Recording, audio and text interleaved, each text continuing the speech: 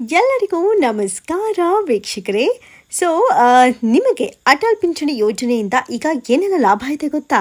ಹಾಗಾದರೆ ಮಿಸ್ ಮಾಡದೆ ಈ ವಿಡಿಯೋವನ್ನು ನೋಡಿ ನಿಮಗಿರುವಂಥ ಲಾಭವನ್ನು ನಾನು ಹೇಳ್ತೀನಿ. ಅಟಲ್ ಪಿಂಚಣಿ ಯೋಜನೆಯಿಂದ ಈಗ ಪ್ರತಿ ತಿಂಗಳು ನೀವು 5,000 ಪಡ್ಕೊಳ್ಬೋದು. ಹೇಗೆ ಪಡ್ಕೊಳ್ಬೇಕು, ಏನಿದು ಹೊಸ ಕತೆ ಎಲ್ಲವನ್ನು ನಾನು ವಿವರವಾಗಿ ಹೇಳ್ತಾ ಹೋಗ್ತೀನಿ. ಅದಕ್ಕೂ ಮುನ್ನ ನೀವಿನ್ನು ನಮ್ಮ ಚಾನಲ್ಗೆ ಸಬ್ಸ್ಕ್ರೈಬ್ ಮಾಡ್ಕೊಂಡಿಲ್ಲ ಎಂದಾದರೆ ಸಬ್ಸ್ಕ್ರೈಬ್ ಮಾಡ್ಕೊಳ್ಳಿ. ಹಾಗೆಯೇ ಮಿಸ್ ಮಾಡದೆ ಚಾನಲನ್ನು ಸಬ್ಸ್ಕ್ರೈಬ್ ಮಾಡ್ಕೊಳ್ಳೋ ಮೂಲಕ ಈ ರೀತಿಯಾದಂಥ ವಿಡಿಯೋಗೆ ವೆಯ್ಟ್ ಮಾಡ್ಬೋದು. ಅಟಲ್ ಪಿಂಚಣಿ ಯೋಜನೆಯಿಂದ ಈಗ ಪ್ರತಿ ತಿಂಗಳು 5,000 ಪಿಂಚಣಿಯನ್ನು ಪಡ್ಕೊಳ್ಬಹುದು. ಇನ್ನು ವಯಸ್ಸಾದ ಮೇಲೆ ಆರ್ಥಿಕವಾಗಿ ಸುರಕ್ಷತೆಯನ್ನು ಖಚಿತಪಡಿಸಿಕೊಳ್ಳುವಂಥ ಸಲುವಾಗಿ ಕೇಂದ್ರ ಸರ್ಕಾರ 2015 ಜೂನ್ನಲ್ಲಿ ಅಟಲ್ ಪಿಂಚಣಿ ಯೋಜನೆಯನ್ನು ಜಾರಿಗೆ ತಂತು. ಅಂದರೆ ಅಟಲ್ ಪೆನ್ಷನ್ ಯೋಜನಾ ಅಂತಲೇ ಹೇಳ್ಬೋದು ಇದನ್ನ, APY ಅಂತ. ಯಾಕಂತ ಹೇಳಿದ್ರೆ ವಯಸ್ಸಾದ ಮೇಲೆ ಮಕ್ಕಳು ನೋಡ್ಕೊಳ್ತಾರೆ, ಮೊಮ್ಮಕ್ಕಳು ನೋಡ್ಕೊಳ್ತಾರೆ, ಅಥವಾ ನಾವೇ ನೋಡ್ಕೊಳ್ಳೋಕ್ಕಾಗುತ್ತಾ ಅನ್ನೋದಕ್ಕಿಂತ ಹೆಚ್ಚಾಗಿ ನಮ್ಮ ಹತ್ರ ದುಡ್ಡಿದ್ರೆ ಏನು ಬೇಕಾದ್ರೂ ಮಾಡಬಹುದು, ಅಥವಾ ಮಕ್ಕಳು ನೋಡ್ಕೊಳ್ಳಿಲ್ಲ ಅಂದರೂ ನಮ್ಮನ್ನು ನಾವು ನೋಡ್ಕೊಳ್ಬೋದು, ಅಥವಾ ಆರ್ಥಿಕವಾಗಿ ಯಾರ ಮೇಲೂ ಡಿಪೆಂಡ್ಸ್ ಆಗಿರಬಾರ್ದು.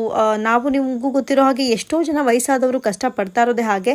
ಯಾಕಂದರೆ ಅವ್ರು ಯಾರು ಕೂಡ ದುಡ್ಡನ್ನ ಇಟ್ಕೊಂಡಿಲ್ಲ ಅಂತ ಹೇಳಿದ್ರೆ ಮಕ್ಕಳ ಮೇಲೆ ಡಿಪೆಂಡ್ ಆಗ್ತಾರೆ. ಮಕ್ಕಳುಗಳು ಚೆನ್ನಾಗಿ ನೋಡ್ಕೊಳ್ಳೋದಿಲ್ಲ, ಅಥವಾ ನೋಡ್ಕೊಳ್ಳೋದಿಲ್ಲ ಅನ್ನೋದಕ್ಕಿಂತ ಹೆಚ್ಚಾಗಿ ಏನೇ ಕೇಳಿದ್ರು ಕೊಡಿಸಲ್ಲ. ಈ ಒಂದು ಮಾತ್ರೆಗೂ ಕೂಡ ನಾವು ಅವ್ರ ಮೇಲೆ ಡಿಪೆಂಡ್ಸ್ ಆಗುವಂಥ ಸಂದರ್ಭ ಬಂದರೆ ತುಂಬ ಕೀಳಾಗಿ ನೋಡ್ತಾರೆ ಅನ್ನುವಂಥ ಭಯ ಇರುವವರಿಗೆ ಈ ಒಂದು ಯೋಜನೆ ಬಹಳಷ್ಟು ಹೆಲ್ಪ್ಫುಲ್ ಅಂತಲೇ ಹೇಳ್ಬೋದು. ಸೊ ಈ ಯೋಜನೆಯು ವಿಶೇಷವಾಗಿ ಕಡಿಮೆ ಆದಾಯ ಅಂದರೆ ಕಡಿಮೆ ಇನ್ಕಮ್ ಇರುವಂಥವ್ರಿಗೆ, ಅಸಂಘಟಿತ ಕ್ಷೇತ್ರದ ಕಾರ್ಮಿಕರು ಮತ್ತು ಪೆನ್ಷನ್ ಸೌಲಭ್ಯವಿಲ್ಲದಿರುವಂಥ ಪ್ರೈವೇಟ್ ಸೆಕ್ಟರಲ್ಲಿ ಕೆಲಸ ಮಾಡುವಂಥವ್ರಿಗೂ ಕೂಡ ತುಂಬಾ ಹೆಲ್ಪ್ಫುಲ್ ಅಂತ ಹೇಳಲಾಗುತ್ತೆ.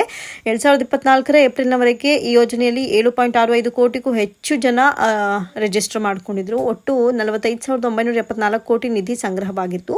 ಈ ಕುರಿತು ಸಂಪೂರ್ಣ ಮಾಹಿತಿಯನ್ನು ಕೂಡ ನಾನು ಈ ವಿಡಿಯೋದಲ್ಲಿ ಹೇಳ್ತಾ ಹೋಗ್ತೀನಿ. ಹಾಗಾದರೆ ಯೋಜನೆ ಮುಖ್ಯ ಉದ್ದೇಶ ಏನು, ಪ್ರಯೋಜನ ಏನು ಅಂತ ನೋಡೋದಾದರೆ, ವೃದ್ಧಾಪ್ಯದಲ್ಲಿ ಆರ್ಥಿಕ ಸಹಾಯ. ಹೌದು, ವಯಸ್ಸಾದ್ಮೇಲೆ 60 ವರ್ಷ ಆದಮೇಲೆ ಮಾಸಿಕ ಪಿಂಚಣಿ ಅಂದರೆ ತಿಂಗಳಿಗೆ ಪೆನ್ಷನ್ ಥರ ಪಡೆಯೋದಕ್ಕೆ APY ಸಹಾಯ ಮಾಡುತ್ತೆ. ಸರ್ಕಾರದ ಅನುದಾನ ಕೂಡ ಇದಕ್ಕೆ ಸೇರುತ್ತೆ. ಅಂದರೆ ಸರ್ಕಾರವು ಇದಕ್ಕೇನು ರಿಜಿಸ್ಟರ್ ಮಾಡ್ಕೊಂಡಿರ್ತಾರೆ ಅವ್ರ ಇನ್ವೆಸ್ಟ್ಮೆಂಟ್ಗೆ 50% ಎಕ್ಸ್ಟ್ರಾ ಸೇರಿಸಿ 1,000 ಪ್ರತಿ ವರ್ಷ ಅನುದಾನವನ್ನು ನೀಡುತ್ತೆ. ಇನ್ನು ಇನ್ವೆಸ್ಟ್ಮೆಂಟ್ ಕೂಡ ತುಂಬ ಈಸಿಯಾಗಿರುತ್ತೆ. 1,000ದಿಂದ 5,000 ಒಳಗಡೆಯಿಂದ 5 ವಿಭಿನ್ನ ಪೆನ್ಷನ್ ಪರ್ಯಾಯಗಳು ಲಭ್ಯ ಇರುತ್ತೆ.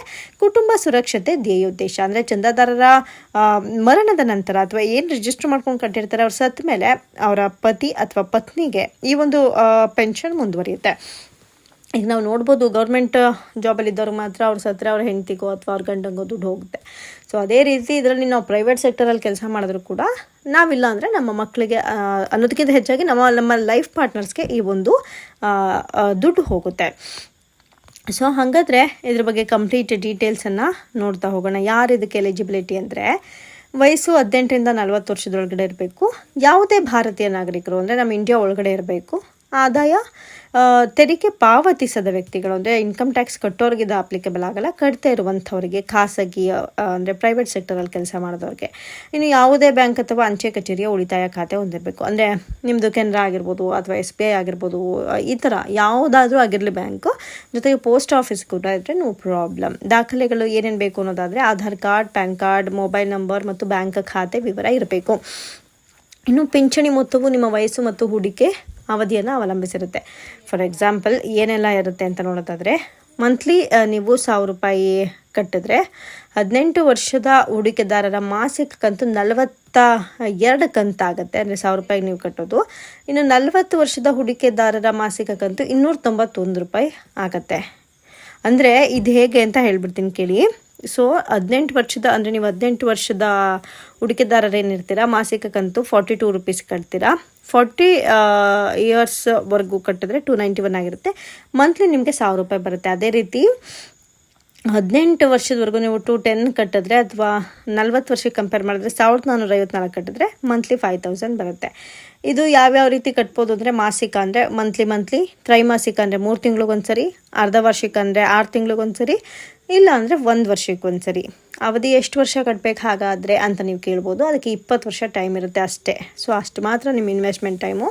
60 ವರ್ಷದ ನಂತರನೇ ಪಿಂಚಣಿ ಆರಂಭ. ಸೊ ಅಷ್ಟರೊಳಗೆ ನಾವು ಬದುಕಲಿಲ್ಲ ಅಂದರೆ ಏನಪ್ಪ ಮಾಡೋದು ಅಂದರೆ, ಬದುಕಿರೋ ಅಂಥ ನಿಮ್ಮ ಹೆಂಡತಿ ಅಥವಾ ನಿಮ್ಮ ಗಂಡ ಅಥವಾ ನೀವು ನಾಮಿನಿ ಮಾಡಿದ್ರೆ ನಿಮ್ಮ ಮಕ್ಕಳಿಗೆ ಕೊಡ್ತಾರೆ. ಇನ್ನು ಅರ್ಜಿ ಸಲ್ಲಿಸೋದು ಹೇಗೆ? ನಿಮ್ಮ ಸಮೀಪದ ಬ್ಯಾಂಕ್ ಅಥವಾ ಅಂಚೆ ಕಚೇರಿಗೆ ಭೇಟಿ ನೀಡ್ಬೋದು. APY ಅರ್ಜಿ ಫಾರ್ಮ್ ಫುಲ್ ಮಾಡಿ ಆಧಾರ್, ಪ್ಯಾನ್ ಮತ್ತು ನಿಮ್ಮ ಅಕೌಂಟ್ ಡೀಟೇಲ್ಸನ್ನು ಕೊಡಿ. ಇಷ್ಟದ ಪಿಂಚಣಿ ಮೊತ್ತ ಮತ್ತು ಅಂದರೆ ಇವಾಗ ನಾನು ಹೇಳಿದ್ನಲ್ಲ ಯಾವ ಅಮೌಂಟ್ಗೆ ಹೇಗೆ ಅಂತ ಅವ್ರನ್ನೇ ಕೇಳಿದ್ರೆ ಅವ್ರು ಹೇಳ್ತಾರೆ. ಆವಾಗ ನೀವು ಅದನ್ನು ಕಟ್ಬೋದು. ಮತ್ತು ಅದರಲ್ಲಿ ಮಾಸಿಕ, ತ್ರೈಮಾಸಿಕ ಅಂತ ಇರುತ್ತೆ. ಅಂದರೆ ನೀವು ತಿಂಗಳು ಕಟ್ತೀರಾ, 3 ತಿಂಗಳು ಕಟ್ತೀರಾ ಅಥವಾ 6 ತಿಂಗಳು ಕಟ್ತೀರಾ, ನೀವು ಚೂಸ್ ಮಾಡ್ಕೊಳ್ಳಿ.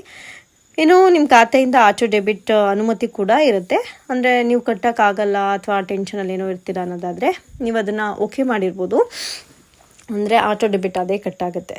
ಇನ್ನು ಯೋಜನೆಯಿಂದ ನೀವು ಅರ್ಧಕ್ಕೆ ನೀವು ಬಿಟ್ಬಿಟ್ರೆ ಇದ್ರ ಜೊತೆಗೆ ನೀವೇನು ಕಟ್ಟಿರ್ತೀರಿ ಅದ್ರ ಜೊತೆಗೆ ಬಡ್ಡಿ ಕೂಡ ಅವ್ರು ನಿಮಗೆ ವಾಪಸ್ ಕೊಡ್ತಾರೆ. 60 ವರ್ಷದ ನಂತರ ಪಿಂಚಣಿ ಇದು ಪ್ರಾರಂಭ ಆಗೋದು ನಿಮಗೆ ಬರುವಂಥದ್ದು. ಸತ್ತೋದ್ರೆ ಅದೇ ನಾಮಿನಿಗೆ ಯಾರು ಇರ್ತಾರೆ ಅವ್ರಿಗೆ ಹಸ್ತಾಂತರ ಮಾಡ್ತಾರೆ. ಇನ್ನು ಖಾಸಗಿ ಪಿಂಚಣಿ ಯೋಜನೆಗಳಿಗಿಂತ APY ತುಂಬ ಕಡಿಮೆ ಇನ್ವೆಸ್ಟ್ಮೆಂಟ್, ಹೆಚ್ಚು ಲಾಭ ಅಂತಲೇ ಹೇಳ್ಬೋದು.